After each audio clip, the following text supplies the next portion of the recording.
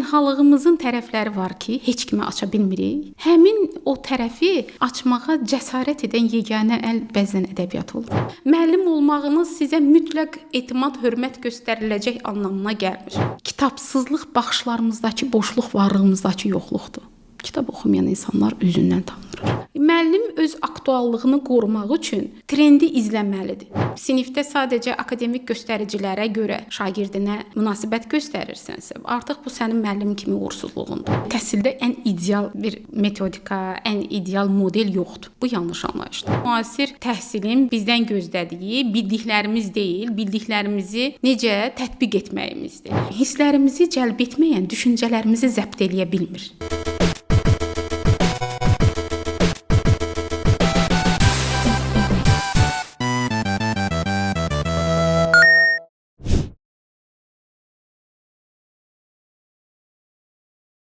Ən nəvazişli öpüşlər, məstedici, zərif toxunuşlar, həzzin ən ekstaz anı öz yerini dəhşətli əzablara verir. Hər zövq səfanın, laqeyd sevincin, şən qəhqəhənin sonunda eyni sıxıntılar yaşanır. Qarşılığında nəyisə almayan sevinc yoxdur. Yaşadığın xoşbəxtlik gələcək bədbəxtliyin müjdəçisidir. Bütün sevinclər gəldi gedər, keçici, etibarsız olduğu qədər kədər üçün fürsətdir. Ən ülvi sevgilərin səadətindən artıq fəlakəti qara bulud tək yerinə çökmək üçün öz növbəsini gözləyir. Salam dostlar, siz Podkast Kimi Adam layihəsini izləyirsiniz. Mənim adım Səməddir. Bugün mənim qonağım pedaqogika üzrə fəlsəfə doktoru, həmçinin yazar olan Dilşad Talbovadır. Dilşad xanım, xoş gəlmisiniz. Təşəkkür edirəm. Sağ olun dəvət üçün. Buyurun. Mən necə istədim ki, bunu oxuyaraq başlayım. Çünki sizin kitabı oxumağa başlayanda ilk bölmədə o misraları oxudum. Məndə belə təəssürat yarandı ki, bu kitabı kim oxusa, o 100% orada nəsə özündən doğma bir şey tapacaq. Çünki ondan sonra növbəti bölməyə keçdim, onu oxudum. Sonra o bir kitabımız ki var, Sanitar, onu başladım oxumağa. Orada ümumiyyətlə dedim ki, burada deyəsən yaxşı ssenari materialı var. Bütün bunlar haqqında danışarıq bugün. Amma siz ixtisasda pedaqogika üzrə fəlsəfə doktoru olduğunuza görə istəyirəm ki, biz mövzumuza o hissədən başlayaq. Buyurun. Düzdür, bütün bu məsələlər hamısı yazı pozu işləri bir-birindən əlaqəli. Gəncə Dövlət Universitetində siz pedaqogikanı tədris edirsiniz. Bəli. Siz ümumiyyətlə müəllimliyi öyrətmək olar, yoxsa insan anadan gəlmə müəllim olmalıdır? Mənə elə gəlir ki, bəli, öyrətmək olar. Təcrübəmdə çox elə tələbələrə rast gəlmişəm ki, mən auditoriyada deyiblər ki, mənim arzum jurnalistikaya getmək idi, mənim arzum həkim olmaq idi, gəldim müəllimliyə düşdüm, amma illər sonra onu ən yaxşı müəllimlərindən biri olaraq görmüşəm. Öz təcrübəmdən də bunu rahatlıqla deyə bilərəm ki, mən müəllim olmağı arzulamırdım. Mən yazı tərəfə ürəyim ən çox yazı yazmaq idi, jurnalist olmaq istəyirdim və məktəbimizin divar qəzetlərində 7-ci sinifdə mən yazırdım. Eyni zamanda universitet illərində də müəllim oldum. Ürəyim hardaydı, illər sonra yenə yazıya tərəf getdim. Yəni o elə bir şərt deyil ki, mütləq sən hansı tərəfə ürəyin istəyirsə, mütləq universitetə də ora gedəmmədinsə də sən uğursuz olacaqsan. Biz bu barədə Orxan İbadovla da məsələn bizim bir podkastımız vardı. İndi yəqin ki, artıq bu podkast yayımlanana qədər insanlar onu izləyiblər, görüblər. O belə bir söz deyir ki, bir 15-14 hardasa o yaşlarda biz artıq ixtisas seçiminə başlayırıq. O yaşda sənin nə təcrübən var? Geri dönüşü olmayan bir seçim kimi bu təqdim olunur ki, yəni seçməlisən ömrünün sonuna qədər də bu ixtisasdır. Bir qorxuludur da sən hələ məsuliyyət götürməyə öyrənməmisən. İndi bəlkə biraz azalıb, amma əvvəllər daha çox idi ki, ixtisas seçimi seçdin, deyək ki 13 yaşında. O yaşda başlayırsan, bismillah eləyirsən ki, özünü tanıyasan. Bəli. Sonra düşürsən hansısa ixtisasa, başlayırsan universitet oxumağa, sosiallaşırsan, nələrsə yeni şeylər öyrənirsən, prosesdə başa düşürsən ki, mənim ümumiyyətlə başqa şeylərə marağım var, sən demə. Bunu nəyə görə deyirəm? Çünki siz deyirsiniz, uşaqlar deyir ki, tələbələr biz başqa ixtisas istəyirdik, başqa. Bəli. Yəni geniş yayılmış bir şeydir. Bəli, ümumiyyətlə özünü tanıma bir növ emosional zəkanın kateqoriyalarından biridir. Eyni zamanda bu metakognitiv bilikdir ki, sən özünü zəif və müsbət tərəflərini bilirsən, güclü tərəflərini bilirsən və özünə gələcək üçün yol seçirsən. Mən həmişə tələbələrə deyirəm ki, özünüz üçün mütləq hobbilər seçin. Bir gün hobbiniz sizin peşənizə çevriləcək də. Ola bilər ki, həyatınızda siz çox sevirsiniz, boş vaxtlarınızda, asiya vaxtlarınızda nəsə bir işlə məşğulsunuz və o sizin peşənizə çevrilə bilər. Bu sizdə belə olub? Yazmaq mövzusunda deyirəm. Bəli, yazmaq mövzusunda mən heç vaxt inanmazdım ki, hansısa kitab yazsam. 36 yaşım var idi və 10 il artıq 10 il olacaqdı ki mən kitab sahəsinə başladım. Yazı, şeir yazmaq mən düşünürdüm ki, bir hobbidir, həvəsdir, hərdən hardasa şeir yazırdım oturub. Amma illər sonra gördüm ki, mən kitab yazmaq istəyirəm və sənə yazmadım, səni yazdım, kitabını yazdım. Geri dönüşlərin sayəsində də bu gün 7-ci kitabım gəlir ki, müsbət motivasiya edici cavablar aldım. İnşallah 7-ci kitabınızı da görərik. İnşallah. Bizim adət etdiyimiz, belə deyək, adət etdiyimiz deyən yerdə ki, mən məktəbdə, universitetdə gördüyüm, ən azından ilk universitet təhsilində gördüyüm müəllimlərin bir universitetdə dərs demə texnologiyası vardı. Yəni hər hansısa bir fənni müəllim oxuyur, uşaqlara deyirlər ki, yazın. Böyük ehtimal ki, indi dəyişilib, elektronlaşıb, material verilir. Yazın və eyni mövzu təkrar-təkrar gedir. Məktəbdə buna bənzər bir şey olur, amma düşünürəm ki, məktəbdə biraz daha yaxşı idi. Bu baxımdan mənə maraqlıdır ki, indi siz bu sahənin araşdırmacısısınız deyə sizdən soruşuram ki, sizcə təhsildə yeni yanaşmalar nədir, nə cür olmalıdır? Ümumiyyətlə bu sahə təhsil sahəsi tək bizdə yoxdur, indi dünyada da yəqin ki, bunu araşdırırlar. Təhsilin müasir yanaşma nə cür olmalıdır? Təhsilin ilk öncə məqsədi müəyyən olunmalıdır. Biz nə istəyirik təhsildən? Məsələn, ənənəvi təhsildə məqsədimiz bizim o idi ki, bilik, bacarıq və vərdişləri mənimsətmək, eyni zamanda dünya görüşü formalaşdırmaq. Amma bu günləri müasir təhsilin isə məqsədi başqadır, dünyada da. Bu halda ki, 21-ci əsr bacarıqlarına malik, hərtərəfli inkişaf etmiş şəxsiyyət yetişdirmək. Təhsil üzrə beynəlxalq qiymətləndirmə proqramının rəhbəri deyir ki, müasir təhsilin bizdən gözlədiyi bildiklərimiz deyil, bildiklərimizi necə tətbiq etməyimizdir.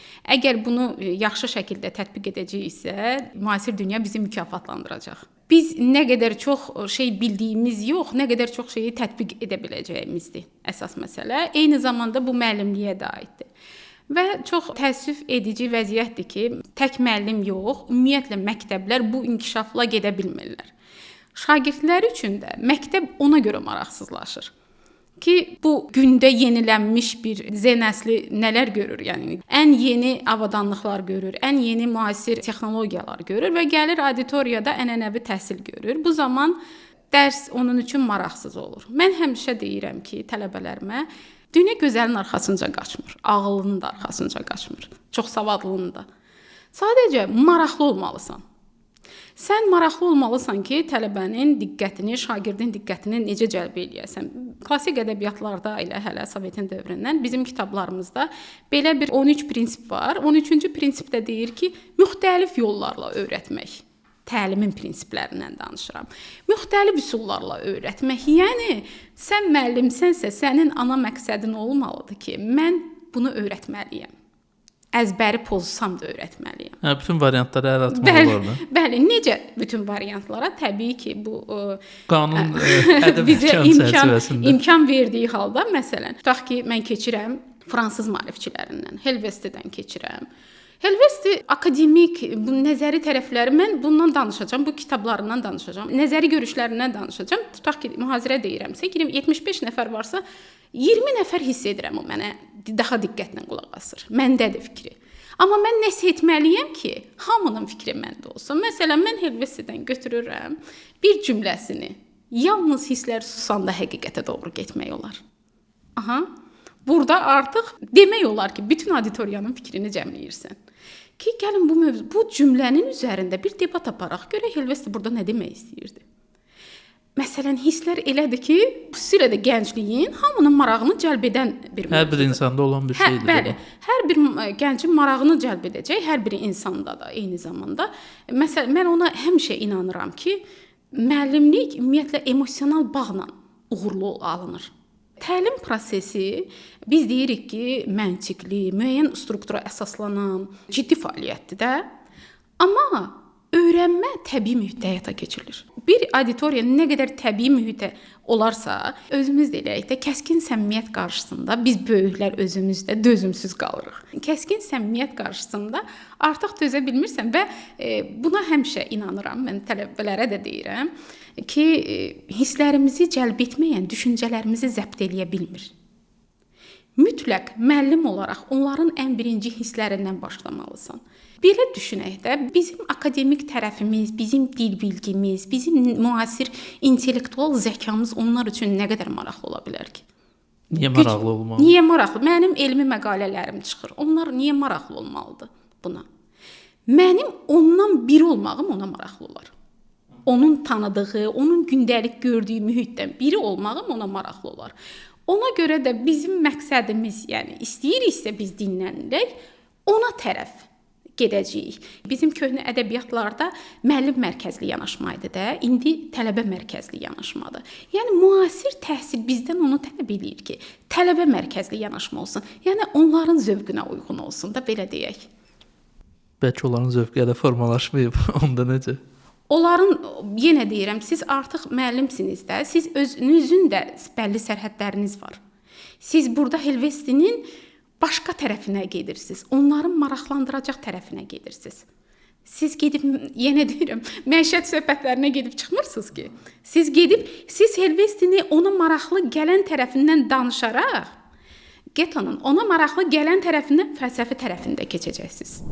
Dostlar, sağlamlıq və enerjini bir arada tapmaq istəyirsinizsə, Aquasport tam sizin üçündür. Burada hovuz, fitness, sauna və uşaqlar üçün məşğələlər, hər şey bir məkandadır. Özünüzü daha güclü, daha sağlam və daha balanslı hiss etmək istəyirsinizsə, elə indi başlayın. Və ən əsası, podkast kimi adam promokodu ilə gedən hər kəs Aquasportdan 20% endirim qazanacaq. Sağlam həyat üçün siz də bir addım atın. Aquasport ilə. Yaxşı, bu səmimi ab-hava olmalıdır başa düşürəm. Bəs bu o deməkdirmi ki, müəllimlər şagirdləri ilə, tələbələrdirsə, tələbələrlə dost olmalıdırlar. Əgər olmalılarsa bu sərhəd nə cür qorunmalıdır? Bəli, bu müəllim əməkdaşlığı çox düzgün qurulmalıdır, ən birinci və mən həmişə tələbələrimə deyirəm ki, siz müəllim olacaqsınız və bilin ki, sehri çubuğunuz yoxdur. Girəsiz, siz o sərhədləri təyin edəsiniz ki, mən müəlliməm və siz mənə hörmət. Yəni sizin onlardan müəllim olmağınız sizə mütləq etimad, hörmət göstəriləcək anlamına gəlmir. Keçib o dövr artıq. Bəli. Bu sizin sırf şəxsinizdən asılı olan bir məsələdir. Siz əsas deyirsiniz ki, burada əməkdaşlıq məsələsini necə müəllim təyin edəcək? Yəni də tutaq ki, kimsə fərz eləyir ki, sizin dərs dediyiniz universitetdə yox, başqa bir yerdə, başqa bir universitet tələbədir, o da müəllim olacaq gəldiyi, hər hansısa bir fənlə bağlı. Deyək ki, sizin bu sözlərinizdə deyirsiniz, mən şəxsən o fikir ağlıma gəlir ki, deməli tələbə ilə dost olmaq lazımdır. Bu dost olsam sərhədi nə cür qoruyum? Burada çox incə məqamlar var ki, müəllimin məqsədi var konkret. Müəllim bura dost olmağa girməyib auditoriyaya. Müəllimin məqsədi var, öyrətməyə girib. Və bir müəllimin ümumiyyətlə ən əsas xüsusiyyəti öyrətmə gücüdür. Ki, necə bacaracaq bunu? İstəyirsiniz əməkdaşlıq tərəfini yaxşı qurun. İstəyirsiniz akademik tərəfinizi. Əsas odur ki, siz məqsədinizə nail olasınız. Və sizin məqsədiniz onlarla da onsuz da onlar özlərinə dost tapa bilirlər. Onsuz da onların dostu var. Mən həmişə deyirəm tələbələrə ki, ideal nümunə olmaq dost olmaqdan üstündür. Çalışın onlara ideal nümunə olun. Niyə? Çünki burada necədir? Xüsusilə də bizim cəmiyyətdə, yəni bunu bilirsiniz ki, nə qədər ideoloji boşluq var, orta məktəblərdən gəlir. Həmin ideoloji boşluqda siz onlara ideal nümunə olmağınız, tutaq ki, mən deyirəm də masanın üstünə bir kitab qoyun. Auditoriyada mütləq 2 nəfər o kitabın nə olduğunu soruşacaq. Ki, müəllim nə oxuyur? Mənim bu mütləq bu təcrübəmdən deyirəm. Hətta mən bunu onlara bu fənd işlətmək üçün etməmişəm. Bu təsadüfən alınıbdı. Stolunuzda kitab var. Ən az 2 nəfər deyəcək ki, orada nə kitab var müəllim? O nədir? Nədir? Maraqlıdır. Və dəfələrlə olub ki, sonra tələbələr yaxınlaşıb ki, mən o kitabı oxudum. Çox məndə dəyişiklik hiss elədim. Yəni kitaba marağım artdı. O müəllifin bütün kitablarını oxudum. Bu müxtəlif yollar. Deməli dost olmuruq. Xeyr. Bizim konkret məqsədimiz öyrətməkdir. Dost olmaq deyil. Mən bu arada sizin bu dostluq yoxsa məhəbbət söhbət bu kitabdan gedir. Bunu oxuyanda mən ağlımda fikir yarandı ki, əgər universitetdə oxusaydım, gənc, yəni indi özümü yaşlı hesab eləmirəm, amma belə deyim də, o yeniyetməlik dövründə olsaydım, bu fikirlər mənə çox təsir eləyərdi. İndi də təsir edən hissələr var. Məsələ onda deyil, çünki hələ kitabı tam oxuyub bitirməmişəm. Müəyyən qədər tanış ola bildim sizin kitablarla. Nəyə görə deyirəm? Orada bir təcrübə bölgüsü var və sən fikirləşirsən ki, okey, gedirsən həmin illərə, düşünürsən ki, həmin illərdə mən bu tip materiallar oxuyanda çox təsirlənirdim. İnsan yaş artdıqca, müəyyən təcrübələr artandan sonra sən bəzi şeylərə belə göz ardı da baxa bilirsən də. Məsələn, o tərəf var. Bəli. Elə o baxımdan bir bu məsələyə toxunaq, sonra davam edərik yenə təhsillə bağlı. Sizin kitabların əsas oxucuları kimlərdir? Əsasən kimlərdən geri dönüş alırsınız? Hansı yaş kateqoriyası? Müxtəlif yaş kateqoriyalarından alıram, açıq deyim, amma çoxluq gənclikdir. Gənclikdir. Bəli, çoxluq gənclikdir. Sizin o dediyiniz gənclik illərində daha çox təcrübələnərdim. İndi təcrübəm var deyə. Bu sizin həm də mütaliənizlə bağlıdır. Tək təcrübənizlə bağlı deyil ki, deyirsiniz ki, mən o vaxt daha çox faydalanardım. Sizin oxuduğunuz illərdə mütaliəniz də öz işini görür axı. Ola bilər. Ola bilər. Bəli, bəli. Kitab oxuyan adam kimi, bunu oxucu kimi deyirəm, yazıcı kimi demirəm ki, bu yaşda məsələn məni az təəccübləndirən kitablar olur. Müxtəlif təhsil metodikaları var. Tez-tez fin təhsil üsulu, kimsə deyir ki, ABŞ-da hansısa bir təhsil usulu tətbiq edilir və yaxud da ayrı-ayrı özəl məktəblərin hansısa özünə məxsus üsulları olur. Mən də yanılan təhsil odur ki, biz axtarışdayıq. Ən ideal nədir, nəyi tətbiq edək? Siz nə düşünürsünüz bu sahənin araşdırmaçısı kimi? Nədir, hansıdır ən ideal təhsil metodikası? Ümumiyyətlə ən birinci onu deyim ki, təhsildə ən ideal bir metodika, ən ideal model yoxdur. Bu yanlış anlayışdır. Hər bir millətin öz dəyərlərinə, sosial strukturuna, iqtisadiyyatına, mədəniyyətinə uyğun təhsil sistemi olmalıdır. Məsələn, dünyada dominantlıq eləyən bir neçə ölkə var ki, bəli, onların həmişə nəticələri çox üstün olur beynəlxalq qiymətləndirmədə. Onlar dominantlıq eləyirlər. Hardasa 10-luqda həmişə onlar var. Sinqapurdur, tutaq ki, Koreyadır, Yaponiyadır, Finlandiyadır.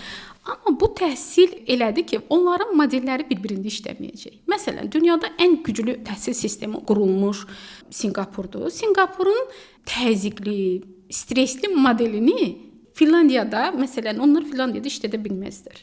Mümkün deyil. Çünki Finlandiya şagird mərkəzli yanaşmanı çox ciddi şəkildə qurmuş. Sonra onlarda az təzyiqli, rəqabətsiz bir mühit var. Bir relaks atmosferi var onlarda. Mən belə təəssürat yaranır. O Sinqapur təhsili orada işləməyəcək. Eyni zamanda həmin təhsil modeli bizdə işləməyəcək. Təsəvvür edin, dəyərlərimiz ayrı, mədəniyyətimiz ayrı, hər şey ayrı. Deyirəm ki, dinimiz belə ayrı. Məsələn, tanrısı olmuyor. Biz Allah qoysaydı, Allah kömək olsunla böyümüş uşaqlarıq. Eləcə də uşaqlarımız elə böyüyür. Biz auditoriyada necə Finlandiya yanaşması ilə yanaşacağıq? Bizdə o yanaşma olsa, uşaqlar gedib hərəsi futbol oynayacaq.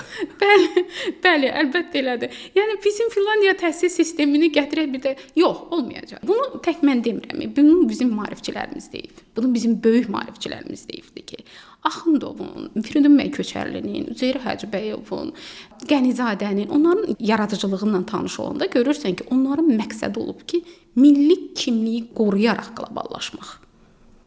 Milli kimliyimizə sadiq qalaraq, özümüzə sadiq qalaraq.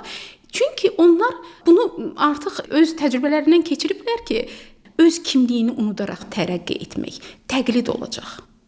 Yaxşı, siz ki deyirsiniz milli kimlik olaraq tüm bu adını sadaladığınız və sadalamadığınız maarifçilərimiz hər hansısa bir sistematik bizim milli kimliyimiz budur və bizim ideologiyamız bu olmalıdır. Belə bir şey var, yəni və yaxud da siz onu özünüz üçün oradan çıxara bilmisiniz? Onlar bacardıqlarını məsələn görüblər. Çox böyük işlər görüblər. Məsələn, Axundov Azərbaycanın dili üçün, yazısı üçün, əlifbası üçün çox ciddi və onun başlamış olduğu işi də digər maarifçilərimiz tamamlayıblar. Yəni bu hələ də davam edir. Bilirsiniz nədən irəli gəlir ki, biz deyirik, bugün mən deyirəm ki, davam edir. Bizim şagirdlərimiz göndəririk biz beynəlxalq yarışlara və həmin bayaq dediyim beynəlxalq qiymətləndirmə proqramına nəticələrimiz aşağı olur. Çünki bizim təhsil sistemində açıq danışaq da hələ də ki ənənəvilik qalıb. Əzbərçilik, bəli, əzbərçilik. Nazirimiz də bu yaxında şeir əzbərləmək haqqında yaqın dedi və o da çox qarşı tərəf, yəni cəmiyyət olaraq birmənalı qarşılanmadı. Düz deyirdi. Mən üzr istəyirəm. Təhsil eksperti deyə təhsil sahəsi ilə sırf onunla məşğul olan bir şəxsin müsahibəsindən qulaq asmışdım. O PISA testlərində yanılmıramsa o haqqında danışır. Deyir ki, bizim şagirdlərin oxuduğunu anlamaq faizi çox aşağıdır. Yəni biz oxuyuruq, oxuduğumuzu anlamırıq. Bəli. Bu problemdir də məncə, çünki bu eyni ilə ona bənzəyir ki, bir xəbər paylaşılır, hansısa bir sayt clickbait ona başlıq qoyur. Adamlar heç xəbərin mətnini oxumurlar və gəlirlər altında başlayırlar söyüş yazmağa. Bəli, 40% hardasa bizim iştirak edən tələbələrimiz oxuyub anlama problemi yaşayır. Bu beynəlxalq nə ilə əlaqəlidir sizdə? Bunun çox açıq, aydın cavabı var ki, bunu uşaqlarımızdan tələb eləmirik. Bizim onlardan... Yəni təhsil sistemimiz bunu tələb eləmir deyə budur, yoxsa necə? Ya ailədən gəlir bəlkə bu? Ümumiyyətlə bu birbaşa qarşılıqlı əlaqəlidir, amma biz öyrədirik axı. Biz öyrətdiyimiz əzbərçilik yox, biz öyrətdiyimiz metakognitiv biliyə əsaslanmalıdır. Yəni niyə, nə üçün sualına cavab verməlidir. Biliyin növləri var da ki, biz istəyirik faktoloji biliyin cavabı. Nədir? Sualını desin. Məsələn, dünyanın ən hündür zirvəsi Everestdir. Bunlar heç ümumiləşdirmə, sintez, bu qiymətləndirmə, analiz aparma, bu kimi işləri görmədən onu əzbərləyirlər, cavabı deyirlər. Və biz bunu istəyirik. Tutaq ki, şeir də bunun kimidir. Əzbərləyib danışırlar. Əgər onun mahiyyətinə varılıb danışsa, əlbəttə ki, yaxşıdır şeir əzbərləmək. Amma gəlin görək bunu, mən şeir sevən adam kimi deyirəm. Mən deyirəm ki, həqiqətən də şeirin mahiyyətini verilməlidir. Ki, nə başa düşdüm buradan? Analiz eləmək lazımdır onu. Biz deyə bilərikmi ki, test üsulu ilə tələbə qəbulu sisteminin nə qədər müsbət tərəfləri olsa da, ən böyük mənfi tərəflərindən biridir. Əzbərçiliyə gətirir. Baxmayaraq ki, indi müəyyən qədər bilirəm ki, açıq suallar olur. Amma ən azından biletlə imtahan verəndə orada da problem odur ki, şəxsiyyət faktoru ortaya düşür. Yəni bəzən kimsə hər hansısa bir vasitələrlə, çünki Sovet dövründə hətta bu filmlərdə də öz əksini tapır. Sən görə bilirsən ki, kimsə hansı bir tanışdığına, yəni nə ilənsə bir şəxsdən asılı olanda kimlərsə kəsilə bilər imtahandan, kimlərsə də keçə bilər. Nazir də çıxışında mən belə yadımda qalıb ki, o deyirdi ki, test bu şey üçün ideal deyil, amma bu ədalət baxımından ən idealdır, çünki etibar məsələsi var da. Yəni test olanda artıq hamı bilir ki, bu adama bu sual verdi, bu da bu cavab verir. Bunun mənfi tərəfi odur ki, əzbərçiliyə gətirir. Ala bu sual 5 variant, düşünməyə ehtiyac yoxdur, götür əzbərlə. Bəli, elədir. Ona görə də bu günləri universitetdəki tələbələrimi buradan yer gəlmişkən salamlayıram. Universitetdə tələbələrin çoxusu fikrini ifadə etməkdə çətinlik çəkir, deyilmiş fikrə münasibətini bildirə bilmir. Onda şans bu qalır ki, belə götürək də. Bizdə adətən yuxarı siniflərdə əgər sənin hazırlaşdığın qrupda deyilsə o fənlər, məktəbdə təhsil fənlər, heç çoxu oxumur. Hansı qrupa hazırlaşırsa ona uyğun fənlərə fokuslaşır. O da fokuslaşırsa normal bir dərs deyirsə, həmin müəllim o ixtisasdan dərs deyən bu variantlarda 9-cu sinifə qədər oxuduğunu təhlil etmə üzərinə fokuslanmaq lazımdır ki, heç olmasa 9-a qədər adamda müəyyən düşüncə formalaşsın. Çünki mənim yadımdadır da, bizdə indi mən rus bölməsində oxumuşdum deyə rus dil ədəbiyyat müəllimimiz daima təhlillər aparırdı, yayda oxumağa nəsə verirdi. İngilis dili müəlliməsində də həmin məsələ var idi. Bu müəyyən səndə o oxuduğunu anlama, bu cümlə nə idi? Nəyə görə bu adam bunu deyib? Nə ifadə etmək istirdi? O düşüncəni formalaşdırır. Amma yuxarı siniflərə gəlib çatanda düzdür. Adamın üstündə Allah var, necə deyirlər. O müəllimlər 11-ci sinifin sonuna qədər eyni məsuliyyətlə bu işi eləyiblər. Yəni ona görə də mən onlara minnətdaram. Amma müəllimlər də vardı ki, belə ixtisasda ki, ixtisas deyirəm, yəni fəndən dərs deyən, o cür deyildi. Mən həlli indi düşünürəm ki, onda görürəm, yəni 9-a qədər heç olmasa bunu bu təhlilə yönlənsinlər. Onsuz da bu testlə məcbur olacaqlar ki, əzbərləsinlər də. Siz nə düşünürsünüz bundan bağlı? 9-a qədər yönlənsinlər, düzdür. Hər il onlar üçün bu yeni təkliflər, perspektivlər olmalıdır və eyni zamanda sosial fənlər müəyyən dərəcədə artırılmalıdır. Onların bu 21-ci əsr bacarıqlarına bir uyğun olan bacarıqlarını formalaşdırmaq üçün də bəzən deyirəm ki, 2-ci, 3-cü suala keçəndə artıq gülməyiniz tutur. Elə fikirləşirsiniz, bu niyə mənə sual verir? O qədər özlərini ifadə eləməyə ehtiyac qalmayıb ki, bunlarda. O qədər bu əzbərçilik proqram üzrə gediblər ki, əzbərçilik olsa həqiqətən də ən yaxşını bu onlar eləyəsidir. Yenə deyirəm, onlardan nə tələb olunur, onu eləyirlər. Və müəyyən qədər düşünürəm ki, məktəblərin funksiyasını genişləndirmək lazımdır. Məktəbin məqsədi olmamalıdır ki, təhsil öyrətsin, bilik, bacarıqlar versin. biz şəxsiyyət yetişdirmək üçün çalışmalıyıq ki, o da şəxsiyyət yetişdirmək, yenə də deyirəm, hər tərəfli şəxsiyyət yetişdirmək. Onun sosial bacarıqları olmalıdır, öz ünsiyyət bacarığı olmalıdır, tənqidi təfəkkürü formalaşmalıdır. Bu kimi bacarıqlar əgər onda olarsa, o universitetə girsə də, universitetə qəbul olmasa belə, o həyatda müəyyən qədər ona kömək olacaq. Məktəbdən qalan kömək. Siz podkastdan öncə sizlə danışanda belə bir fikir dediniz ki, balığı uçmağa, quşu da üzməyə məcbur etmək olmaz. Pedaqoqlar nə cür nail olmalıdır və yaxud da təhsil sistemi nə etməlidir ki, bu həqiqətən bu cür olmasın da. Çünki hər kəs eyni deyil axı. Kimsə fərz edir də texniki sahədə yaxşı inkişaf edir, kimsə humanitar sahədə, kimsə ümumiyyətlə təhsillə davam elətdirmək istəmir, bəlkə gedib sadəcə usta olmaq istəyir. Yaxşı müəllim bunları bilməlidir ki, insanın intellekt növü 9-dur. Bu Gardner nəzəriyyəsinə əsasən deyirəm, çoxnövlü intellekt nəzəriyyəsinə. Şagirdlərin biri riyaziyyata marağı olmaya bilər, biri bu təbiidir, biri rəsmə marağı ola bilər, vizual intellekt onda güclü ola bilər. Bu fərdi yanaşma əsasında sinifdə müəllim bunu müəyyən edə bilir və şagirdindən də onu gözləyir. Fərdi yanaşaraq fərdi yanaşılan şagirdində motivasiyası aşağı olmur. Motivasiyası, məsələn, sən sinifdə sadəcə akademik göstəricilərə görə şagirdinə münasibət göstərirsənsə, artıq bu sənin müəllim kimi uğursuzluğundur.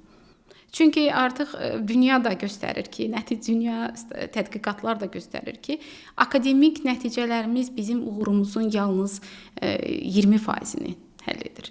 Yəni akademik nəticələrdən asılıdır uğurumuzun 20%. Digərləri emosional zəkadan, bizim şəxsi münasibətlərdən, sosial bacarıqlardan asılıdır.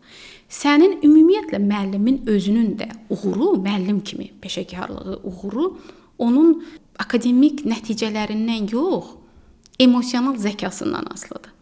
Mən bilirsiniz nəyi xatırladım siz danışdıqca. Mən məktəbdə oxuyanda o vaxt yuxarı siniflərdə, biz aşağı sinifdəydik, yuxarı siniflərdə bir oğlan var idi. O məktəbdən qovulmaq həddində nəsə problemləri var idi də. Belə bir həddə idi, amma bir tarix müəlliməsi vardı ki, bizə də dərs deyirdi. O nə cürsə dil tapmışdı o şagirddən və o onun dərsində oxuyurdu. Başqa heç bir dərs oxumurdu da, təsəvvür edin ki, sən bütün fənlərdən oxumayasan, məsuliyyətsiz yanaşırsan. Bir fənni oxuyurdu və məhz o müəllimə də hörmət edib onun dərsində sakit otururdu. Deməli, o müəllim bacarmışdı. Müəllim kimi öz işini görməyi. Getonun yazılarında var ki, nə bildiyimizdir, nə etdiyimizdir bizi müəyyən edən. Ola bilər ki, bir müəllim sertifikasiya imtahanlarında yüksək nəticə göstərib. Ümumiyyətlə demək olar ki, bu gün müəllimlərin əksəriyyəti bəlli bal toplayır, auditoriyaya girir. Yəni kifayət qədər o müəllim standartlara, normalara cavab verir.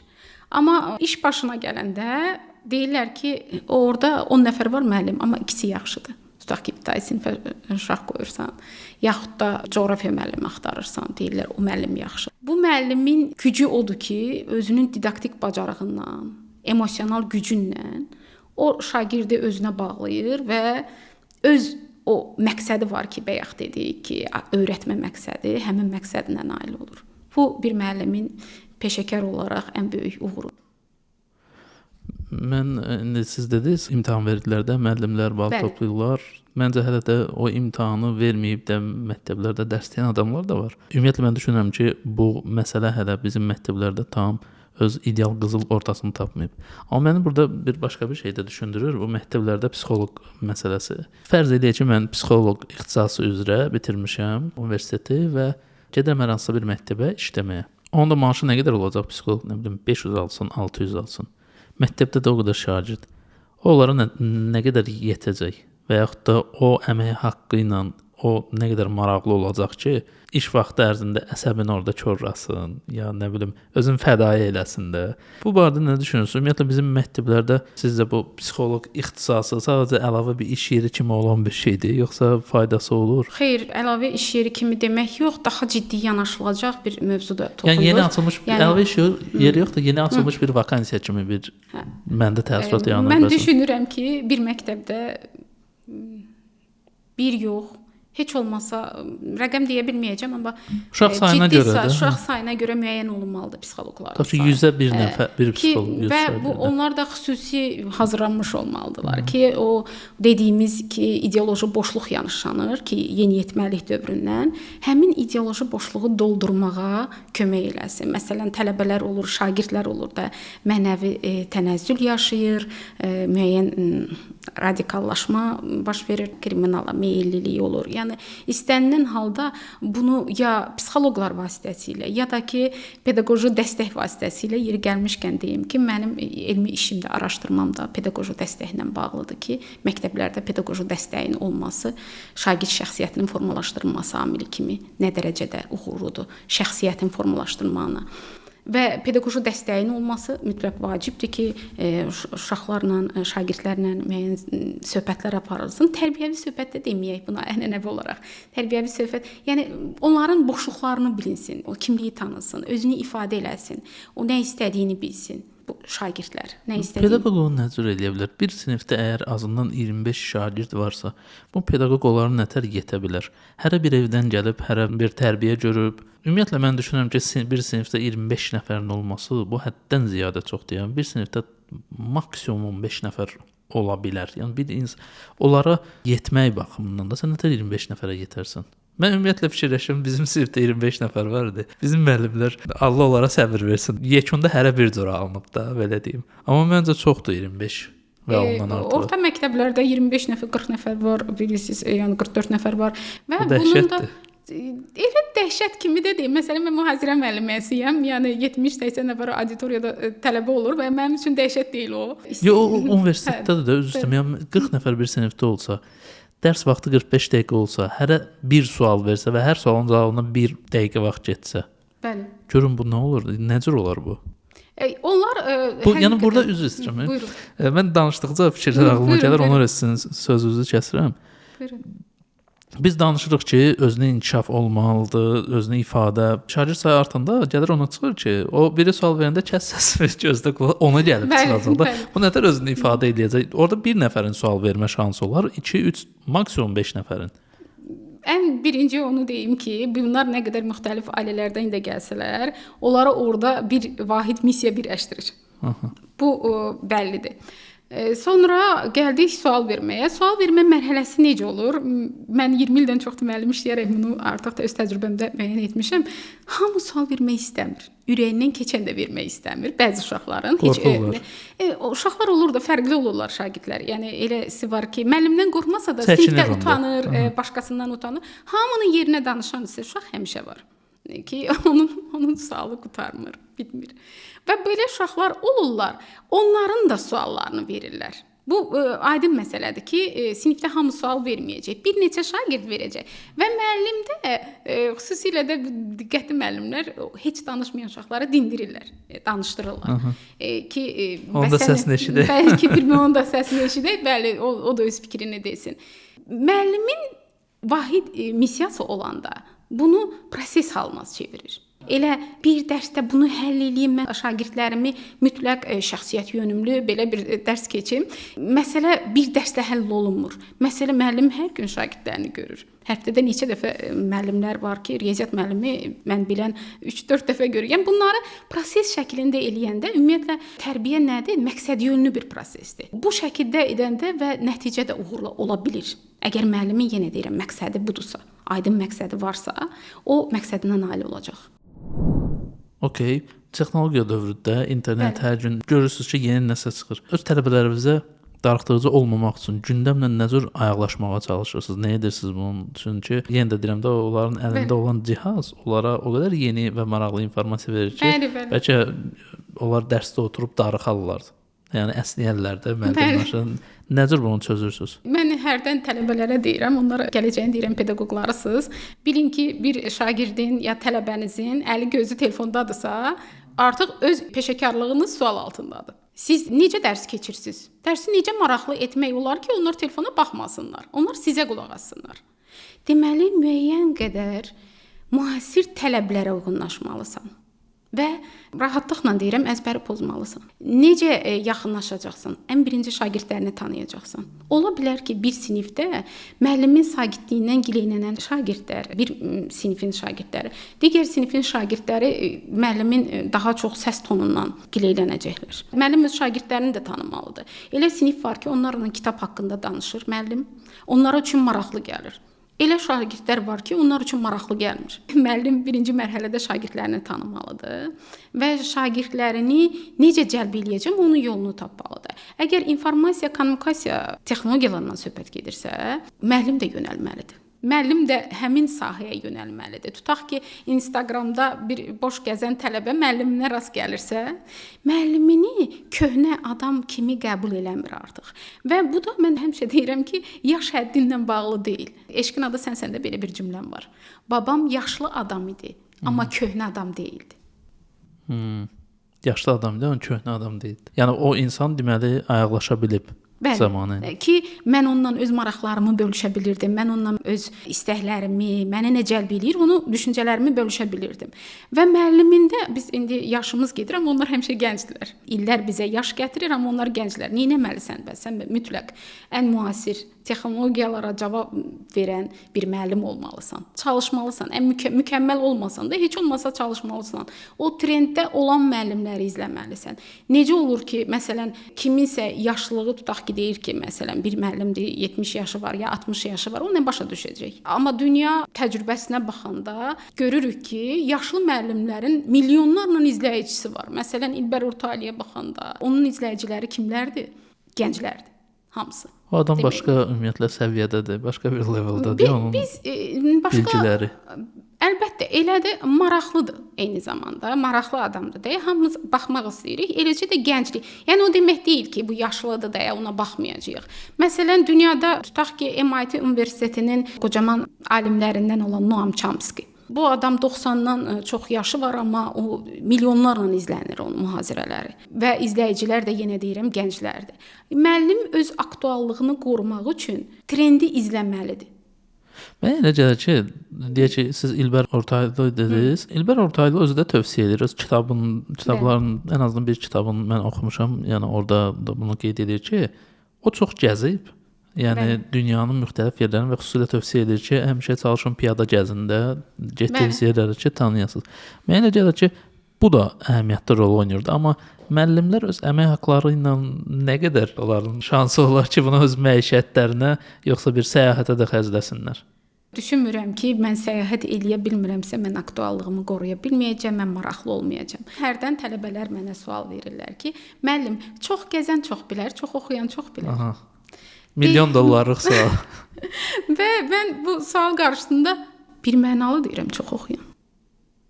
Və çox oxuyan, niyə çox oxuyan? Mən onu deyəcəm. Çox gəzən adamlara sual veririk bəzən. Oxumamış çox gəzən. Necə idi? Qəşəng idi.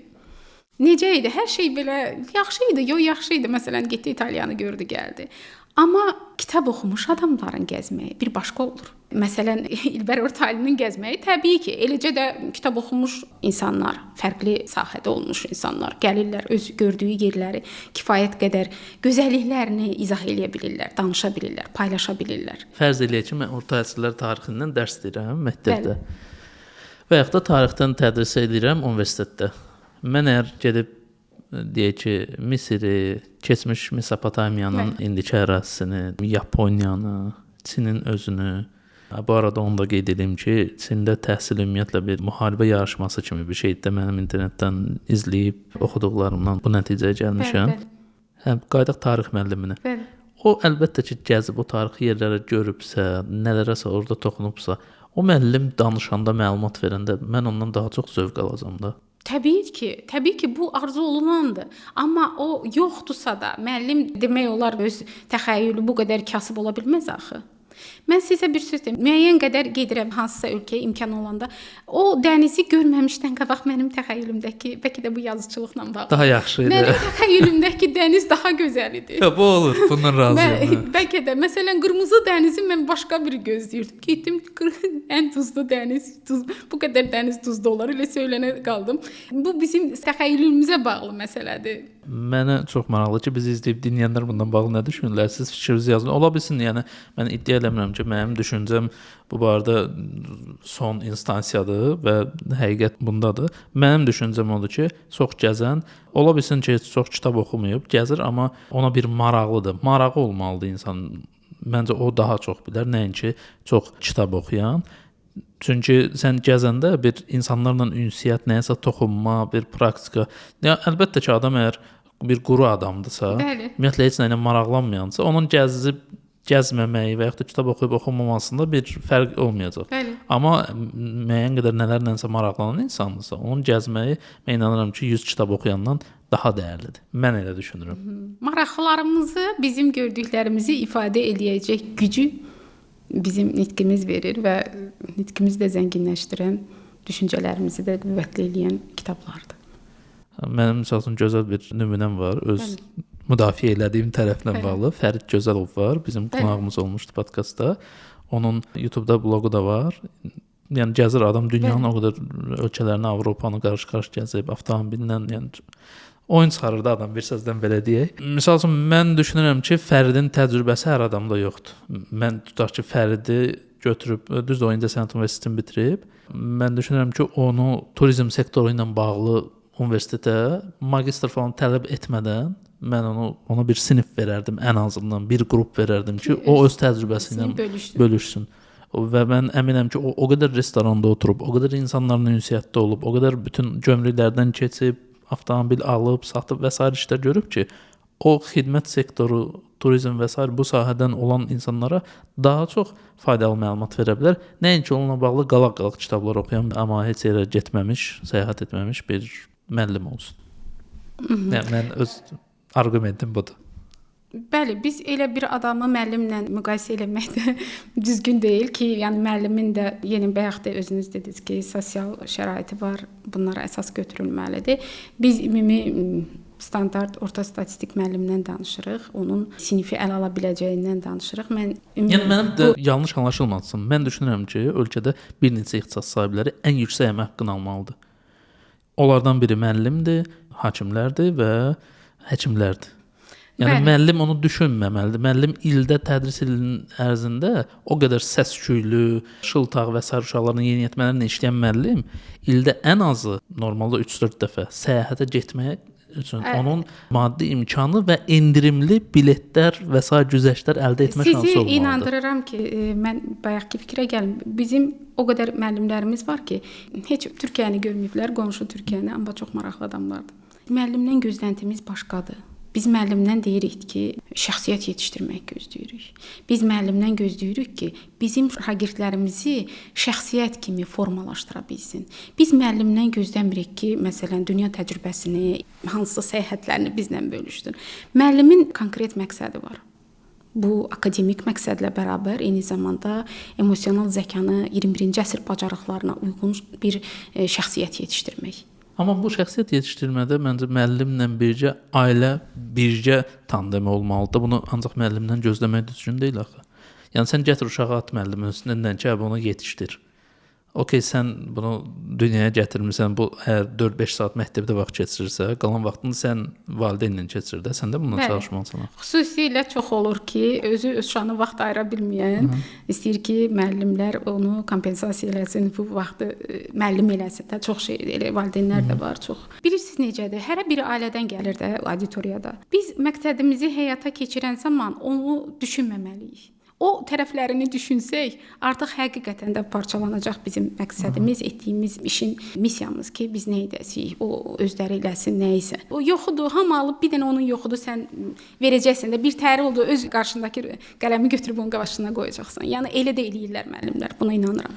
Ona görə də əziz öz peşəsini sevən müəllimlər özünüzü qurban verməyə davam eləyin. Cəmiyyətin həmişə qurbanlara ehtiyac var. Başqa cür variant yoxdur, düzəlməyəcək. Biz o mövzunu qoyuruq kənara və gəlirik kitab mövzusuna. Baxın, kitab və praktika haqqında biz danışdıq təhsil tematikasında. Bəli.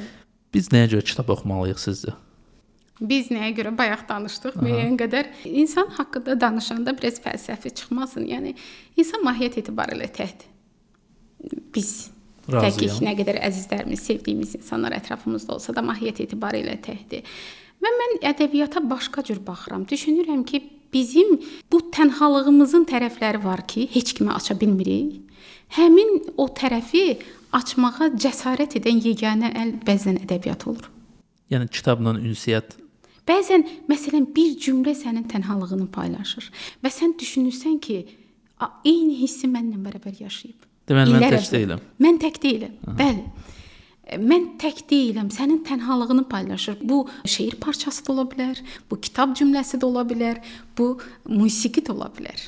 Belə bir qeyd edeyim. Buyurun. Cəlil Məmmədquluzadənin hekayələrini oxuyanda dedim, salam Mələkün 100 il əvvəl də elə bu gündə olmuşuq. İndi də çox şey dəyişməyib. Texnologiya biraz inkişaf edib. Bəli. Xüsusilə də bizim milli kimliyimizə aid yazıçılar oxuyanda, yazmış yazıçılar oxuyanda görürsən ki, dəyişməyib. Eləcə də həyatın müxtəlif sahələri, sevgi münasibətləri də onun kimi insanların romantik münasibətləri, dostluq münasibətləri də. Niyə görə məsələn 100 illər əvvəl yazılmış ədəbiyyat yenə də oxunur? Yəni bunun bir sualı var. İnsan haqqında yazılır. İnsan eyni insandır. Texnologiya nə qədər inkişaf eləsə də eyni insandır. O barədə razıyam. Amma belə bir fikir də var da. Bəli. Bunu Fərhad Pərvizi demişdi. Xatırlamıram bizim podkastda ya başqa yerdə. O deyir ki, qızlara, qadınlara roman oxumağı dayandırmaq lazımdır. Oğlanlara, kişilərə də pornoya baxmağı qadağan eləmək lazımdır. İkisi də bu cinslərdə yanlış gözləntilər formalaşdırır. Yəni qadınlar romanları oxuyurlar və sevgidən, kişilərdən gözləntiləri münasibətdən yanlış gedir.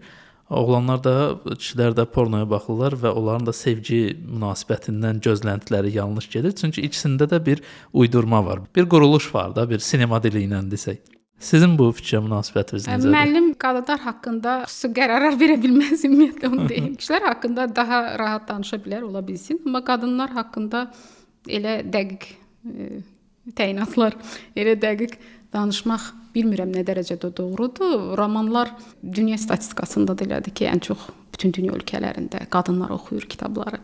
Elə məsələ də o deyir ki, bu problem yaradır. Sonra onların gözləntiləri yanlış formalaşır roman oxuduqlarına görə. Düşünmürəm.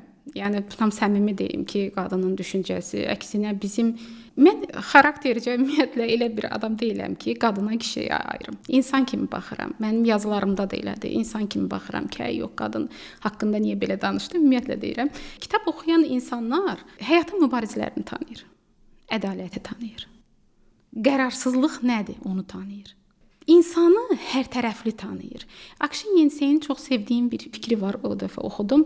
Deyir ki, kitab oxumayan insanlar insanlığı özü ilə məhdudlaşdırır. Kitab oxuyan insanlar isə çeşid-bəçeşid, növbənöv insanlar tanıyır. Və bilir ki, həyat ağ-qara deyil, həyatın nə qədər rəngləri, çalarları var. Ədəbiyyat da elədir. Ədəbiyyat oxuyan insanlar, mən həmişə tələbələrimə deyirəm, kitabsızlıq baxışlarımızdakı boşluq, varlığımızdakı yoxluqdur. Kitab oxumayan insanlar özündən tanınır. Bir də deyim.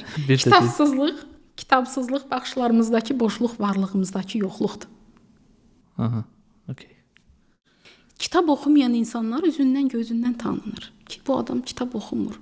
Adam var. Nə olur onların üzündə, gözündə ki, belə tanınır? O dediyim boşluq olur. Yəni kitab böyük nemətdir, bizə verilmiş, bəşəriyyətə verilmiş. Sən burada oturursan, get onun fikirlərini, məsələn, şairi, alman şairi, məsələn, dünya ədəbiyyatı da bilirsən, filosofları bilirsən, tanıyırsan. Peyğəmbərlər kitabla nüfuz edib. Tanrının izahını kitab verib. Kitab oxumaq haqqında məncə kifayət qədər danışmaq olar. Bu qətiyyən belə bir təsəvvür yaranmasın ki, mən kitab oxumağa qarşıyam. Özüm də mütəmadi olaraq nəsə oxuyuram. Biz ümumiyyətlə cəmiyyət olaraq belə dəbdə olan bir fikir var da. Mən bir statistikasını oxumamışam, kimsə və yaxud da bunun bilmirəm statistikasını aparıb yox. Məlumatım yoxdur. Onun məşhur fikir budur ki, biz kitab oxumuruq. Bu fikri əsas götürsək, sizcə biz nəyə görə kitab oxumuruq? Niyə kitab oxuyan cəmiyyət deyilik? Biz kitab oxuyan, bəli, başqa digər ölkələrə baxanda biz kitab oxumayan cəmiyyət hesab olunuruq. Yəni bunu rəqəmlər göstərir təbii ki. Yəni kitabların satışları ilə bağlı rəqəmlər. Bəli, dünya statistikasında göstərir. Məsələn, tutaq ki, bir yapona ildə 25 kitab düşürsə, bizdə heç çox azdır da 10 nəfərə bəlkə bir kitab belə düşə bilər. Eyni zamanda yazıçıların satdığı rəqəmlər var. Mən bu yazıçı tərəfindən deyirəm ki, nə qədər bir qonşu Gürcüstanda necədir nəticə? Minlərlə kitab satılır. Məsələn, bir təzə çıxan yazıçı. Ən birinci kitabın ciddi təbliğata getmir. Kitabı niyə oxumalıyıq? Nəyə görə belə sual olsun ki, ümumiyyətlə kitabı niyə oxumalıyıq? Dünyanın ən ağıllı adamlar oxuduqları kitablarını sizə niyə paylaşırlar sizcə? Yəni nəyə görə oxunmağı təbliğ edirlər? Deməli faydalarını görürlər.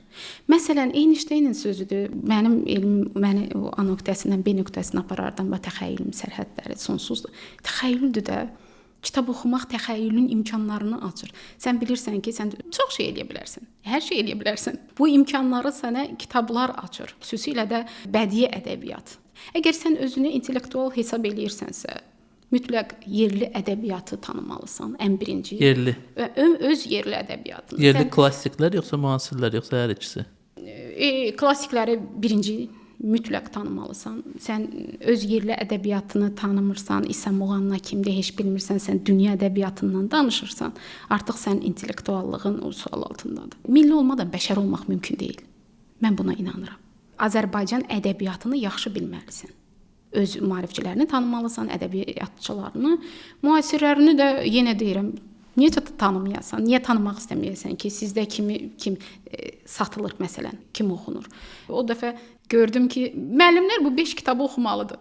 Bir nəfər də çıxıb deyir, show biznes nümayəndələri demiş, ad çəkməyəcəm, tanınır. Müəllimlər bu adam biznesmendir, iqtisadçıdır, nəsə bizneslə məşğuldur da, sahəsi fərqlidir. Sən necə deyə bilirsən müəllimlər? Nəyə əsaslanırıq? Öz təcrübəsinə əsasən deyir. Öz təcrübəsi axı bunun biznesdir. Müəllimlik haqqında bilmir. Məsələn, sən rahat çıxıb deyirsən, Ken Robinsonu oxusun, tutaq ki, müəllim. Bəyaz Zanbaqla. Bunlar çox yaxşı fikirlərdir. Hətta mən dərs keçdiyim auditoriyaların çoxsunda danışıram. Hətta kollegiumlarda birinci yer, ən yüksək sərbəst işləri məsələn ən yaxşı olan tələbələrə kitab hədiyyə edirəm. Dəfələrlə olubdu, Bəyaz Zanbaqlar orkestrinə hədiyyə eləmişəm eyni zamanda. Dünya ədəbiyyatını biz tanımalıyıq, amma özünü tanımadan olmayacaq. O barədə razıyam. Özünü tanıma sənə millət və yaşadığın cəmiyyəti duymağa və sənin ümumiyyətlə kimliyini, milli kimliyini, yaşayışını asanlaşdırır. Mənə elə gəlir. Sənin həyatın burdan ibarət olmayacaq. Mən dəfələrlə olub ki, sənə soruşurlar ki, sizdə kim idi yazar? Məsələn, olubdu xarici ölkələrdə soruşublar məndən ki, kimdir? Rumıniyalı bir dostum var idi. Həmişə deyirdi ki, sən öz yazıçılarından danış. Onlar da sizdə məsələn, ana məqsəd nə olur? Sizdə əsasən obrazlarınızda siz kimə qəhrəman deyirsiniz ümumiyyətlə? Və sən nə danışacaqsan? Sən sonra da deyəcəksən mən intellektualam. Mütləq birinci biz öz ədəbiyyatımızı bilməliyik. Mən yeniyetməlik dövrümdə və ondan sonra gəncliyimin başlanğıc dövrlərində belə deyim, bizim klassiklərdən oxuyanda mənə nə rahatlıq verir. Mən onda çox narahatım. Adam bir idealist olurdu. Hər şey ideal olsun, daha yaxşı olsun, cəmiyyətdə bir risk olur. Klassiklər mənə o baxımdan kömək elədi. Mən başa düşdüm ki, bizdə əvvəldə cahiliyyət məsələləri vardı. Çünki biz elə əvvəldə belə olmuşuq. İndi də onun əsintiləri mi deyim, qalıb falan. Yəni mənə şəxsən qəbullanmağa kömək elədi. O şeylər ki, mən başa düşdüm ki, oxutmuram əl çəkin. Sabirin şeirində. Aktual olmağı hələ də. Yəni sən görürsən ki, bu məsələlər var. Başa düşürsən ki, bu günün problemi deyil. Bunun kökləri oradan gəlir. Bu anlamda qəbullanmaq üçün mənə kömək olur. Bu o demək deyil ki, sən bununla barışmalısan. Amma mənim bir rahatlığı yaranır ki, bu ancaq bu gün sənin yaşadığın dövrdə deyil də, bunun kökləri uzağa gedir. Kökləri olsa da və sən öz miqyasında nəsə eləməlisən. Müəllim olmursan, başqa sahənin mütəxəssisi ol, yazıcı ol. Məsələn, hansı sahədə olursan ol, sən o yolla getməlisən. Onların qoyduğu yolla getməlisən. Adamlar bir neçə dil biliblər. Amma Azərbaycan dili deyə nə qədər işlər görüblər. Ürəkləri döyünüb və nə qədər işlər görüblər. Onların tərcümə halına baxanda görürsən 3-4 dil biliblər azı. Amma nə qədər işlər görüblər bizim maarifçilik yolunda, inkişaf yolunda. Dilşad xanım, mən bu günləri də oxuyurdum sizin kitabı. Bu sən istəyirəm oxuyum. Söhbət gedir sanitar kitabından, dostlar, bu kitabdan söhbət gedir. Biz maarifçilərdən keçid elədik buna.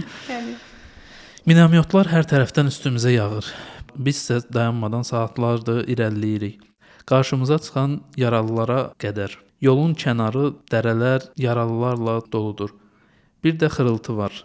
Ağır yaralı xırıltısı. Ölümlə çarpışma səsidir. Artıq tanışdır. Bumbuz bədənlər, mücərrəd istiqamətə yönəlmiş baxışlar, and olsun ki, artıq tanışdı. Üzlərindəki eyni inamsızlıq, eyni çaşqınlıq, eyni heyrət, bədən təslim olsa da gənc, nakam, yarımçıq qaldığını anlayan, ölümə hazır olmayan şuurlar. Bu dəfə insan faciəsi kitablarda, kinolarda deyil, əllə toxunulacaq qədər yaxındır. Bu hissə şəxsən mənim üçün də bir film ssenarisi qədər geniş bir hissədir. Nəyə görə? Çünki adətən bu deyilir ki, kimisə evladı şəhid olursa, Bəli. İndi orada siz düz qeyd eləmisiniz. Adama zəng gəlir, o deyə bilmir ki, Bəli. bəs evladı şəhid olub, deyir. İndi başqa istiqamətdədirlər və s. Bunlar yaşanıb hamısı. Sözüm bu misraları oxuyanda həmişə ideallaşdırmağı xoşlayırıq da, yəni o ölümə beləsinə gəldi, Bəli. elə oldu, belə oldu. Amma ölüm həm də bir fiziki hadisə olduğuna görə Bəli. sən məncə nadir hallarda olar ki, belə sinəvi qabağa verəsən, ey ölüm gəl. Yəni bu fiziki bir haldır da, sən orada Bəli. həm qorxursan, indi sən onun çarəsizlikdən dolayı qəbullanırsan. Bəli, mən kitabın ön hissəsində bizim qəhrəmanın haqqında məlumat vermək istəyərdim. Bu kitab sanitar Mətləb Hüseynovun bəli, Şuşa döyüşlərində qəhrəmancasına sanitarlıq etmiş Mətləb müəllimin sayəsində ərsəyə gəlibdi. Və eyni zamanda Eldəniz Abdullayev, sonra Fərid Məmmədov danışıb, xüsusilə bizim sanitar Mətləb Hüseynov. Siz inanırsınız o qəhrəmancasına sinə gəlmək. Bəzən olubdu ki, bu kitabı mənə danışan vaxt Mətləb müəllim dedim, mən onu dayandırdım, soruşdum ki, özü də çox ağır danışırdı da, yəni onun başı ağrıyırdı danışanda yaşadıklarını. Dedim, sən qorxmadın o yaralıları, onlar atırdılar, bu otelə daşıyıb da yaralıları. Deyir ki, nə olar deyirdim. Yəni o qədər ürəkdən dedi ki, həqiqətən də mən dinləyə bilmirdim. 2 dəfə danışanda olub ki, mən dayandırmışam, dərman içmişəm. Həqiqətən də güc lazımdır insanda, psixoloji o boyda güc lazımdır ki, yəni real bir dəhşəti dinləyirsən sən yaşadığı. Yəni onun gəncliyinə, o qədər onun o qəhrəmanlığına, o qədər belə qibtə etdim. Qibtə edərək yazdım bu kitabı ki, mən nə olar deyirdim, mən atılsa nə olacaqdı. Onlardan yəni ideya nə cür yarandı? Nə oldu ki, siz düşündünüz ki, belə bir kitab yazarsınız? Təbii ki, hər bir Azərbaycanlı kimi həmin vaxt biz nə qədər gərgin idik, nə qədər narahat idik. Gəncəyə atılan bombalar, bilirsiniz ki, biz həmin vaxtda çox içində idik. O vaxtda mən həmişə belə qəribə bir his gəlirdi ki, görəsən döyüşənlər üçün nə qədər ağırdısa, görün sanitarlar, həkimlər üçün necədir, xüsusilə də sanitarlar. Ki o öz canını qorumalıdır, eyni zamanda başqasını qorumalıdır. Eyni zamanda başqa bir canı da xilas eləməlidir. Başqa bir canı xilas eləməlidir. Məsələn, o yolları. Yəni onun döyüş tapşırığı ondan ibarətdir də. Ki o onu yolun ortasından daşısın, aparsın, xüsusi bir yerə sığınacaq tapsın, onu saxlasın orada. Bunu dəfələrlə bir neçə adamın danışıbdı. Bu kitabda var o real, gerçək hekayəsi var. Mən o səmimiyyəti açıq hiss elədim buyurun. burada. Bəli. Mənim o xoşuma gəldi və yenə də ona görə düşündüm ki, bu kitabda gözəl bir filmin ssenarisinə bir əsas ola bilər də. Yəni mən bayaq dediyim məsələləri sırf ona görə vurğulayırdım ki, səmimi mətnlərə ehtiyac var. İdeallaşdırmaq bəlkə də olmalıdır müəyyən həddə, amma səmimi mətnlər məncə daha çox bizə kömək eləyir, daha çox bizim insan kimi formalaşmağımıza kömək eləyir. Çünki hadisə baş verəndə sən normalda oturub düşünə bilərsən ki, fərz eləyək də mənim yanıma yaxınlığımda minomyot düşsə, mənim döyüş yoldaşım yaralansa ya şəhid olsa, mən belə reaksiya verərəm. Amma hadisə baş verəndə tamamilə gözlənilməz bir reaksiya sən verirsən və özün də bir növ özünü yeni formada tanımış olursan. Sizin bu kitabda dostluq yoxsa məhəbbət kitabında da siz buna toxunmusunuz. Orada şər və xeyir, yaxşı insan, pis insan kontekstində də o məsələ keçir. Mən düşünürəm ki, özünü tanıma baxımından deyək ki, məndə bir playlist var, fərqindəlik. Çoxdan da bu arada ora video paylaşmam. Orada mən çalışıram ki, sırf özünü tanıma, insanda fərqindəliyin formalaşması mövzusunda nələrsə danışım qısaca. Bu şeyi mən sizin kitabda duydum. Təşəkkür edirəm. Yeri gəlmişkən bu kitabda mən belə bir cümlə yazmışam. O dəfə tələbəm deyir ki, heç vaxt yalan danışmıram deyib yalan danışmaq istəmirəm. Burada belə cümlə var. O gün onu eyni sizin dediyiniz kimi də tələbəm deyir ki, müəllim bunu kifayət qədər açıq yazmısınız. Nəyə inanmışam, onu yazmışam. Bilmirəm bunu demək olar yoxsa yox. Sanitar kitabında belə bir cümlə işlətmişdim ki, mətləb müəllimə aid deyil, başqa bir qəhrəmanın sözüdür ki, mən öz sevdiyim qızı qoruya bilmədim, mən vətənimi necə qoruyacağam? Yəni belə bir qız, sevdiyi qız 11-ci sinifdə oxuyanda bu ayrılır, gedir və həmin qəhrəmancasına orada şəhid olur o. Orada belə bir qəhrəmanımız var və gerçək hekayədir, onu deyim. Gəlin belə deyək də, mən istəyirəm siz kitablar haqqında o filmlərin qısa məcmusu olur da, treyler ya teaser paylaşırlar. Dostluq yoxsa məhəbbət kitabının bir treyler kimi qısa məzmunun deyil. Bu kitab nə haqqındadır?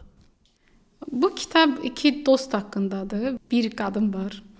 Qəhrəmanımız. Elə olur ki, dostun biri ayrılır yoldaşından, o birisi isə həmin ayrıldığı yoldaşına bu hisslərdir də. Deyir ki, sevdiyini əgər izah edə bilirsənsə, artıq bu sevgi deyil, niyə sevirəm? İzah edə bilirsənsə. Mən o fikirlə də razı ola bilmirəm heç cür. Çünki məncə sevgi müxtəlif şeylərdə ifadə olunur. Yəni qismən razıyam, tam razı ola bilmirəm. Onda sevgi deməyək, eşq deyək. Sözlərə də mən çalışıram ki, çox sözlərdə ilişib qalmayım. Sevgi bizi çox belə geniş məfhumdur, geniş anlayışdır. Onda sevgi deməyək, aşiq olmaq deyək. Məncə insan sadəcə öz insanın hiss edir də. Yəni eşq, sevgi deməyə də mən bir izafilik kimi baxıram bəzən. Çünki bir şey olur, fərz edək ki, bir adamın xətrini siz çox istəyirsiniz. İndi bilmirəm, buna eşq deyin, sevgi deyin. Onun sadəcə yanınızda var oluşu kifayətdir. Ona ad qoymağa ehtiyac yoxdur ki, nə yaxşı ki sən varsan, sağ-salamatsan, nəfəs alırsan və varsan. Yəni, bu kifayətdir məncə. Nəinki ona bir ad qoymaq. Məncə belə şeylərə ad qoymaq olmur. Mənə elə gəlir. İndi bu mənim təsəvvürümdə belədir. Ola bilsin mən yanılıram. Hə, ona görə də siz Fərhad Pərvizinin dediyini təsdiqləyən adam kimi buna da belə yanaşırsınız. Qadınların Yox, təsdiq məsələsi kimi yox. Mən bunu ümumiyyətlə o fikirdən ayrı olaraq bunu deyirəm ki, mənim yanaşmam bu cürdür ki, sevgi, eşq və yaxud da bu məhəbbət mən ayıra bilmirəm. Mənə görə bir insanın varlığı, əgər sən görürsən ki, bu insan sənin yanındadır və onun sənin yanında olması, sağlam olması, nəfəs alıb verməsi bir xoşbəxtlik gətirirsə, bu artıq hər şeydir. Bu haqqda mən bu kitabda zəhmət olmasa verin, burada Hugo'nun bir sözünü yazmışam. Yəni ona cavab vermək istəyirəm ki, eşqə heç bir şey yetmir. Xoşbəxtsənsə cənnəti istəyəcəksən, cənnətdənsənsə Tanrını. O kitabda ümumiyyətlə belə insanı iki yol ayrıcında qoyan fikirlər çox var. Ən azından oxuduğum həddində ona rast gəldim. Yəni quru nəfəs olsa biz deyəcəyik ki, bunu niyə eləmədi? Və bəs bunun üçün bu qurbanları verdim, bu qarşılıqsız qaldı. Bəs hanı mənim 101 ədəd qızıl gülüm? Bəli. Yəni həqiqət, reallıq başqadır. Yaxşı, bəs Eşqin adı sənsən kitabı nə haqqındadır? Eşqin adı sənsən, eşq həm lənətimizdir, həm nemətimizdir. Bu ilk başlıqda yazılıbdır. Bu da romandır da? Bəli, hamısı romandır. Tələbələrim burada var. Təbii ki, adların şərtidir, amma real faktlar var burada. Real iki gəncin, iki tələbə gəncin, biri Bakıdan, biri Gəncədən olan, Gəncəli olan və Bakıdan olan qızın Səhranın, baş qəhrəman Səhranın hekayəsidir. Real faktlara əsaslanmış bir məhəbbət hekayəsidir. Təbii ki, məhəbbət hekayəsi deyəndə burada hər şey var. Burada oğlanın gördüyü sosial mühit var, Gəncə var, Gəncədə böyüdüyü şərtlər var. Eyni zamanda Bakılı qızı Səhra var. Hətta orada oğlanın bir fikri var ki, mən Bakıya gəldim, Bakı fəxri idi, elə Səhra kimi. Bakılı qızla. Bəli. Eşqin adı sənsən. Dilşad xanım, siz mənə bu kitabdan 2 dənə gətirdiniz. Bəli. Və biz sizlə çəkilişdən öncə razılaşdıq ki, biz bu kitabı bizi dinləyib izləyənlərdən birinə hədiyyə eləyəcəyik. Bunun şərti də dostlar odur ki, bu podkast yayımlandığı müddətdən sonra 1 həftə ərzində siz bura şərhlər yazırsınız. Bizim danışdığımız mövzularla bağlı ola bilər. Onlara münasibət bildirə bilərsiniz və yaxud da əgər bu kitablardan, Dilşad xanımın yazdığı kitablardan hansısa birisini oxumuş ola bilərsiniz. Bəlkə siz onun tələbələrindənsiz, keçmiş tələbələrindən ya indiki tələbələrdən fərqi yoxdur. Fikirlər yazın və ən yaxşı fikri, ən yaxşı şərhi Dilşad xanımın seçiminə görə bu dəfə mən sizin öhdənizə buraxıram bunu. Siz seçərsiniz o mesajı. Siz kimi seçsəz mənə onu məlumat verərsiniz. Həmin şəxs də artıq Bakıda bu kitabı məndən təhvil ala bilər. Bu kitabda Dilşad xanım imza da atıb, yəni imzalı hazır bir kitab olacaq. Dilşad xanım, mən sizə təşəkkür etmək istəyirəm ki, vaxt ayırdınız, gəldiniz podkastda. Ümid edirəm ki, bizi izləyib dinləyənlərə buradan faydalı bir informasiyalar ötürmüş olduq. Ümid edirəm ki, sizin yeni kitabınız da uğurlu olar. Ümumiyyətlə mən bütün Azərbaycanda yazarlara, hamısına çoxlu kitab satışı arzu edirəm. Təşəkkür edirəm. Və kitab satışının ümumiyyətlə bizdə o həddə olmasını arzu edirəm ki, insanlar ancaq kitab yazmaqla dolana bilsinlər, sırf yazarlar. İnşallah, təbii. Hər birimizə mən də bütün həmkarlarıma arzulayıram. Eyni zamanda müəllim, eyni zamanda yazıcı həmkarlarıma uğur arzulayıram. Sizə də təşəkkür edirəm dəvətiniz üçün. Kitablar haqqında, satış haqqında onu deyim ki, Eşqin adı sənsən 3 ildir çıxıb və dəfələrlə bestseller siyahısına düşüb. Özüm üçün uğur hesab edirəm. Yəni bizim reallıqda bayaq dedik ki, kitab oxumayan bir cəmiyyət sayılırıq. Amma bizim reallıqda deməli oxunur. Bu böyük sevindirici haldır ki, oxur. Əgər kitab bestseller siyahısına düşür, o boyda rəqabət var. Xarici ədəbiyyat çox oxunur bizdə. Yeri gəlmişkən türk ədəbiyyatı çox oxunur, tərcümə ədəbiyyatları çox oxunur. Əgər onların sırasında bir bestseller ola bilirsə də, bu mənə uğur hesab edirəm onu. Dostlar, əgər bu video qarşınıza çıxıb ilk dəfə bu kanalı görmüsünüzsə, abunə deyilsinizsə, kanala abunə olun. Çünki abunə olsanız və bildirişləri aktiv etsəz, yeni videolar paylaşılanda sizə məlumat gələcək. Kanala ilk dəfə gəlmisinizsə, kanala keçid edib başqa videolara da baxın. Bizim müxtəlif playlistlərimiz var, psixologiya ilə bağlı, tibblə bağlı, idmanla bağlı, sosial söhbətlər var və s. Mən əminəm ki, burada siz ən azından bir faydalı özünüzə hər hansı bir fikir və yaxud da ideya ya nəsə informasiya əldə edə bilərsiniz. Şərhlərinizi yazın, like edin. Bizi sosial media hesablarından izləyə bilərsiniz. Facebook, TikTok, Telegram, WhatsApp kanalımız da var. Orada da mən yeni buraxılışları paylaşıram. Kofe aldan bizə iyanələr edə bilərsiniz. Onda keçidi videonun altındadır. Və sonda həmişəki kimi arzum budur ki, sağlam və xoşbəxt olasınız. Amin. Hələlik.